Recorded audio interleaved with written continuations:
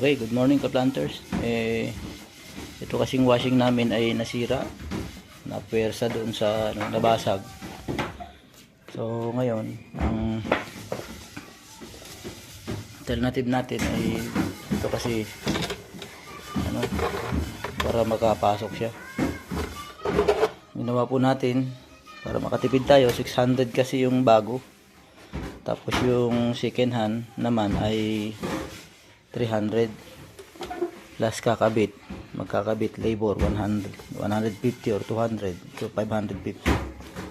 Masyadong magastos. So ginawa po natin ay niribit po natin yung takip ng balde ng pintura. Kinating natin sa gitna gamit po yung grinder. Tapos yan, barena,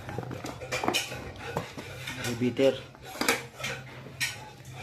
So yan, para makatipid tayo, isang alternative sa atin.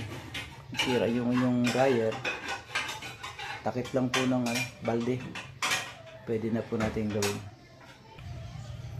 O yan, ito yung takip po ng ng balde. Kinating po natin gamit po ng grinder. Yung cutting disc po ay gamitin nyo cutting disc.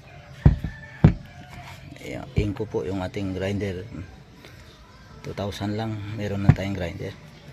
So yan po, nawa ay sa atin, makatipid tayo dahil survival po yung ating buhay ngayon. Repair tayo ng dryer cover dahil nasira po siya. Sige po, God bless everyone. Please like and subscribe. Pakishare na rin po.